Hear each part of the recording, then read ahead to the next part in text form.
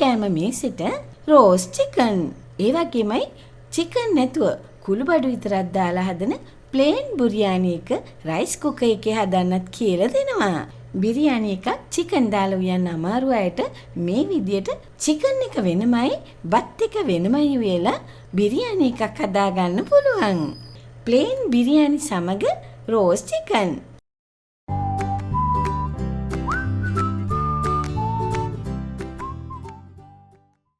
ආයුබෝවන් අපේ අම්මා YouTube channel එකට ඔබ ආදරෙන් පිළිගන්නවා. ඉස්සෙල්ලම අඩු තෙල් ප්‍රමාණයකින් ගැඹුරු තෙලේ බදින්න නැතුව තනි කුකුලෙක් රෝස් කරගන්න හැටි මගේ ක්‍රමයට කියලා දෙනවා. සුදු ලුණු බික් 10ක් 15ක් විතර මෙන්න මේ විදිහට සුද්ධ කරලා කෑලි වලට කපනවා. මෙතන ජින්ජර් ඉඟුරු කෑල්ලකුත් පොඩියට කපලා තියෙනවා. දෙකම එකට දානවා. ලුණු ටිකකුත් දාලා හොඳට අඹරගෙන එනවා. දැන් මේ චිකන් එක මැරිනේට් කරන්නයි ලෑස්ති කරන්නේ. කියන්නේ චිකන් එකේ තවරලා පදම් කරන්න. අඹරගෙන ආපු ජින්ජර් ගාලික් පේස්ට් එකට මිරිස් කුඩු බේස් හැඳි 3ක් එකතු කරනවා. කහ පේස්ට් එක මම මේ ගෙදර හදපු එක වීඩියෝ එක තියෙනවා ලින්ක් එක දෙන්නම් බලන්න. කහ පේස්ට් එකේ මේස හැඳයි චිකන් කරි පවුඩර් මේස හැඳි 3යි. ඔය පොඩි කුකුලෙක් ගන්නවා නම් මේ වයින් පොඩ ප්‍රමාණය අඩු කරලා ගන්න. දැන් පොඩි සියඹල ගුලියක් අරගෙන වතුරෙන් දිය කරනවා. දිය කරගත්ත සියඹල වතුර ටික බ්ලෙන්ඩර් ජාරයකට දාගන්නවා. දැන් ලුණු රස බලලා ලුණු රස අණු එකතු කරගන්නවා. චුට්ටක් දිය කරගන්න ඕන නිසා වතුර ටිකකුත් දාගන්නවා. එකටම කරාබුනෙටි 8ක් 10ක් විතර, කරද මුංගුත් 5ක් 6ක් විතර. තව මේ තරම් කුරුඳු කෑලි දෙකකුත් දාගන්නවා. දාලා හොඳට බ්ලෙන්ඩ් කරගෙන එනවා. ඒකටම හොඳට හොදගත්තු මිංචි කොළ ටිකකුත් මේ වගේ සාමාන්‍ය ගානකට කපලා දාලා පොල් තෙල් හරි එළවලු තෙල් හරි මන් දාන්නේ ඔලිව් ඔයිල් මේ සැහැඳි 3ක් විතර දාගන්නවා. දාලා හොඳට බ්ලෙන්ඩ් කරගෙන එනවා. දැන් අපේ පේස්ට් එක හරි. මේ තියෙන්නේ වාට මතක් කරගන්න මේකට දැම්මේ මොනවද කියලා. තනි කුකුලෙක් ලොකු කෑලි වලට කපලා අරන් තියෙනවා. ඒකට අපේ පේස්ට් එක දාලා හොඳට කලවම් කරනවා.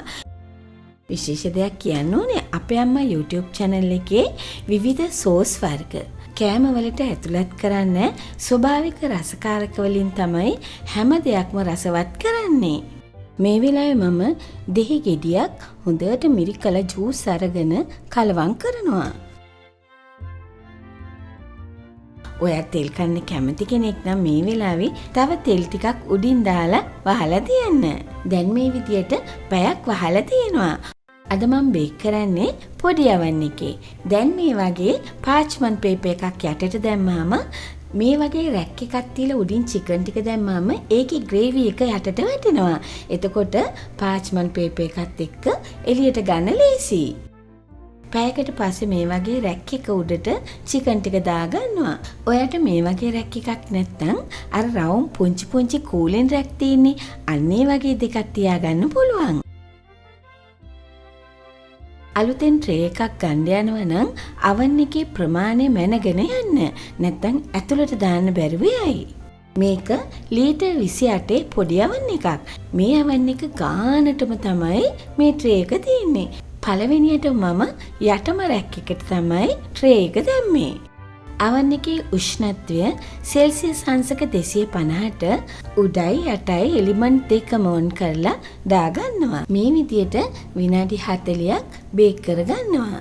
විනාඩි 40කට පස්සේ oven එක ඇරලා උඩන් කෑලි වල චිකන් කෑලි ටික අනිත් පැත්ත දාගන්නවා. මතක ඇතුව oven එක ඇතුළට අත දාන්න එපා. මේ වගේ ටොං එකකින් අල්ලන්න. එහෙම නැත්නම් දිග පීයකින් අනිත් පැත්ත හරවන්න. චිකන් ටික අනිත් පැත්ත දාලා oven එකේ උඩයි යටයි දෙකම ඔන් කරලා සෙල්සියස් අංශක 250ට විනාඩි 12ක් බේක් කරගන්නවා. දැන් විනාඩි 12කට පස්සේ චිකන් කෑලි ටික එළියට අරගෙන oven රැක් එකේ මෙන්න මේ විදියට අතුර ගන්නවා. දැන් යට තියෙන ට්‍රේ එක එහෙමම තියෙද්දි චිකන් වල උඩ පැත්තට තෙල් ටිකක් මේ වගේ දාලා oven එකේ උඩම රැක් එකට දානවා. දාලා උඩ එලිමන්ට් එක විතරයි ඔන් කරන්නේ. විනාඩි 20ක් බේක් කරාට පස්සේ ඇරලා ආයෙත් ඒ ටික අනිත් පැත්ත හරවනවා. දැන් මේ චිකන් ටික ඔයා කැමති ප්‍රමාණයක් එනකන් බ්‍රවුන් පාට වෙනකන් රෝස් කරගන්න පුළුවන්. දැන් ආයෙත් චිකන් අනිත් පැත්ත හරවලා යට තියෙන ට්‍රේ එක එළියට අරගන්නවා. දැන් මේ චිකන් ග්‍රේවි එක හොඳ ගානට ඉවිලා කුක් වෙලයි තියෙන්නේ. දැන් මේ වගේ රබර් ස්පැචුලා එකකින් ග්‍රේවි එක එකතු කරගන්නවා. දැන් මේ චිකන් එක කෑමට ගන්න වෙලාවට මේ ග්‍රේවි එක පාවිච්චි කරන්න පුළුවන්. දැන් විනාඩි 20කට පස්සේ එළියට අරගන්නවා. දැන් අපේ චිකන් ටික ගානට රෝස්ට් වෙලයි තියෙන්නේ. දැන් ඔයාලට මේ චිකන් ෆ්‍රයිඩ් රයිස් එක කහපත් එක්ක ඕනේ දෙයක් එක්ක රස බලන්න පුළුවන්. මේ බලන්නකෝ ඇතුළේ හොඳට බේක් වෙලා ඒ වගේමයි වටේ ක්‍රිස්පියට මැද සොෆ්ට් එකට රසයට තියෙනවා. මේ තියෙන අවශ්‍ය කරන රෙසිපි එක වීඩියෝ එක පෝස් කරලා ඒ කිව්වේ නවත්තලා බලලා ලියා ගන්න. වීඩියෝ එකට ඩිස්ක්‍රිප්ෂන් බොක්ස් එකේ තියෙනවා. ඔයා අලුත් කෙනෙක් නම් මේ වීඩියෝ බලන්න යට තියෙන කළු පාටින් subscribe කියලා ඕලාකාර හැඩයට බටන් එකක් ඒක ක්ලික් කරන්න. ඒක ක්ලික් කරාම එනවා බෙල් අයිකන් එකක්. බෙල්ලක් උනන් ඒකත් ක්ලික් කරන්න. ඊට පස්සේ එන all කියලා බෙල්ලක් උනන් ඒකත් ක්ලික් කරන්න. ඊළඟට හදන්නේ මස් මාළු නැති ප්ලේන් බිරියානි එකක්. මං අද මේ බිරියානි එක උයන්නේ කීරි සම්බ වලින්. ඔයාට මේක සාමාන්‍ය තඹ පුහාල් වලිනුත් උයන්න පුළුවන්. බාස්මති හාලෙන් උයලා පුරුදු කෙනෙක් නම් කලින් වීඩියෝ වල මං කියලා දීලා තියෙනවා ඒ හාලෙන් උයා ගන්නත් පුළුවන්. අනිත් එක තමයි බිරියානි එකක් හදනකොට අපි පාවිච්චි කරන අමුද්‍රව්‍ය ගැන හොඳට දැනගන්න ඕනේ. ඒ නිසා මම විස්තරාත්මකව කියලා දෙන්නම්. මේ තියෙන්නේ ගෙදර හදපු එළඟි තෙල්. මේ තියෙන්නේ ඔලිව් ඔයිල්, මේ තියෙන්නේ පොල් තෙල්. ඔයාට මේවයින් කැමති එකක් පාවිච්චි කරන්න පුළුවන්. ඒ වගේමයි ලොකු තක්කාලි ගෙඩි දෙකයි, බී ලුණු ගෙඩි දෙකයි, මේ තියෙන්නේ ඉඟුරු සුදු ලුණු පේස්ට් එක. ඇත්තට මේ මගේ පාත්‍යයක හිටවපු ඉඟුරු ටික මේකෙන් කෑල්ලකුයි සුදු ලුණු බික් 6ක් 7ක් විතර අරගෙන පේස්ට් එකක් කරගන්නවා. ඒකේ හොඳටම අඹරලා අරගන්නවා. ලුණු කුඩු කපාපු මේස හැන්දයි කහකුඩු තේ හැඳි භාගයක් හෝ කාලක් මිරිස් කුඩු මේස හැන්දයි. මේ තියෙන මහදුරු සූදුරු නෙමෙයි මහදුරු තේ හැඳි භාගයයි සූදුරු තේ හැන්දයි සූදුරු ඇටේ පොඩි කරදමුංගු ඇට 5යි කරාපු නැටි 7ක් විතර. මේ තියෙන්නේ හොඳට බලා ගන්න. මේ තියෙන සාදික ගෙඩිය උඩ තියෙන පොත්ත මේකට කියන්නේ වසාවාසි කියලා. මෙන්න මෙහෙමයි එක තියෙන්නේ. මේ උඩ පොත්තෙන් ඒ කියන්නේ වසාවාසි පොතු දෙකක් විතර ඕනේ. සාදික එකතු කරන්නේ නැහැ. මේ තියෙන බිරියානි මල් තුනපහ බඩු කඩේ තියෙනවා. ඒ වගේම බෙහෙත් බඩු කඩේ තියෙනවා. මේ වගේ එක මලක් ඇති. මේ තියෙන්නේ බේලීෆ් කොළ. බේලීෆ් කොළ සුපර් මාකට් වල පොඩි පැකට් ගන්න තියෙනවා. මේ තියෙන්නේ කුරුඳු. කුරුඳු පොතු මේ තරම් කෑල්ලක්. මේ තියෙන්නේ හොඳට බලා ගන්න කොත්තමල්ලි කොළ. මේ මොනවද? මේ මම මල් පෝච්චි එක වවපු මිංචි කොළ. මේකේ මම මිංචි කොළ අවුරක් විතර අරගන්නවා. ඔයාට මාකට් එකෙන් සුපර් මාකට් එකෙන් මේවා ගන්නත් පුළුවන්. මිංචි කොළයි කොත්තමල්ලි කොළයි මේ කුළු බඩු ටිකයි දැම්මම තමයි නියම බිරියානි එකේ සුවඳ රස සහ ගුණය එන්නේ. දැන් මෙතන කීරිසම්බා මෙෂරින් කප් 2මාරක් තියෙනවා. එතකොට අපි බලමු කොච්චරද කියලා. ග්‍රෑම් 500යි. මම මේක ටින්කිරි ටින් එකට දාලා පෙන්නන්නම්. පොඩි ටින්කිරි ටින් එකකින් දෙකක් යනවා ග්‍රෑම් 500ට. ඔන්න බලා ගන්නකෝ. දැන් හරියටම 2යි. මෙෂරින් කප්ස් නැති අයට මේ විදිහට මැනලා ගන්න පුළුවන්. ඔයාට මේකට සාමාන්‍ය තඹ පුහල් ගන්නත් පුළුවන්. මේ තියෙන අපිට ඕන වෙන දේවල් වීඩියෝ එක පෝස් කරලා ඒ කිව්වේ නවත්තලා බලලා ලියා ගන්න. වීඩියෝ එක යට ඩිස්ක්‍රිප්ෂන් බොක්ස් එකේ තියෙනවා. මේ බත් එකේ තියෙන ලොකුම වාසිය සහ ලාභය තමයි අද මම මේකට මුද උපකිරි එකතු කරන්නේ නැහැ. දැන් මේ පෙනීරිම තියලා හොඳට හොදගෙන එනවා. ලොකු හිල් තියෙන පෙරණේව තියෙන ඒ වලට එම දාන්න එපා. හාල් ටික බිමට ඇලේ. ඊළඟට මිංචි කොළ ටිකත් හොඳට හොද ගන්නවා. මේවා ඉතින් මම කෘමිනාශක දාලා නැති, පොහොර වර්ග භාවිතා කළ නැති, ගෙදර හදපු ඒවා. හාල් එකේ වතුර ටික පෙරෙන්න තියලා ඒ අතරේ මම තක්කාලි ටික මේ විදියට කපා ගන්නවා. තක්කාලි වල උඩ ටිකත් මේ වගේ අයින් කරනවා. ඊළඟට ලුණු ගෙඩි ටිකත් මේ විදියට සුද්ධ කරලා මෙන්න මේ ක්‍රමයට කපා ගන්නවා. තක්කාලි කපන්නේ මේ ක්‍රමයට තමයි. කොටු කපන්න එපා. කොත්තමල්ලි කොළ ටිකත් හොඳට හොදලයි තියෙන්නේ. දැන් සේරම ලෑස්ති බත් එක උයන්න පටන් ගමු. රයිස් කුකර් එකේ ස්විච් එක ඔන් කරලා කුකින් මෝඩ් එකට දාලා එළඟි තෙල් පුරවපු මේස හැඳි එකකුයි තව භාගයකුයි දාගන්නවා. දාලා වහලා රත් වෙන්න තියෙනවා. කුළුබඩු ටික ටෙම්පරාදු කරන්න තෙල් එක රත් වෙන්න ඕන නිසා වහලා විනාඩි 3ක් තියෙනවා.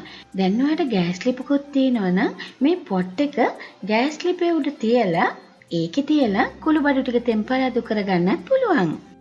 විනාඩි 3කට පස්සේ රත් වෙලා දැන් මම මේකට කරදමුංගු ඇට 5යි, කරාබුනේටි 7යි, පුංචි කුරුඳු පොතු කෑල්ලයි, මේස් වසාවාසි කෑලි 2යි, බිරියානි මල් 1යි, බේලිෆ් කොළ 3යි, සූදුරු තේ හැන්දයි, මහදුරු තේ හැඳි භාගයයි මේ ටික දාලා ටෙම්පරාදු කරනවා.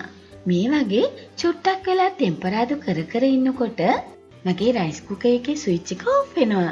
දැන් ඔයාලට දෙයක් කියන්න ඕනේ. ඔයාලට එළඟි තෙල් නැත්නම් අර මං කලින් කියපු තෙල් වර්ග වලින් කැමති එකක් දාගන්න. දැන් මේ විදියට වහලා විනාඩියක් විතර ස්විච් එක ඔන් කරගන්න පුළුවන් වෙනකන් තියෙනවා. විනාඩියකට පස්සේ ඇරලා ජින්ජර් ගාර්ලික් පේස්ට්, ඉඟුරු සුදු ලුණු පේස්ට් එකයි කපාගත්ත ලුණු ටිකයි දාලා කලවම් කරනවා. දැන් ආයෙත් ස්විච් එක ඔන් කරන්න පුළුවන්. ඒ නිසා මම ස්විච් එක ඔන් කරනවා. ලුණු කුඩු මේස හැන්දට ටිකක් අඩු වෙන දාගන්නවා.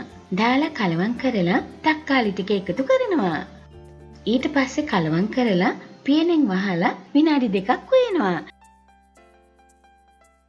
විනාඩි 2කට පස්සේ ඇරලා මිරිස් කුඩු මේස හැන්දයි, කහගුඩු තේ හැඳි භාගයයි කැමතිනම් කාලක් දාගන්න, නිංචි කොළ ටිකකුයි, කොත්තමල්ලි ගස් දෙකේ කොළ ටිකකුයි මේ විදිහට කපලා දාගන්නවා.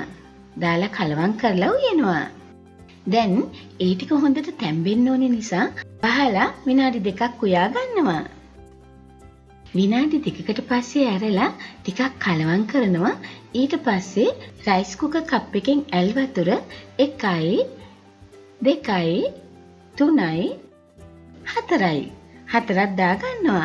හාල් ග්‍රෑම් 500කට. දැන් මේ වෙලාවේ ලුණු රස බලන්න.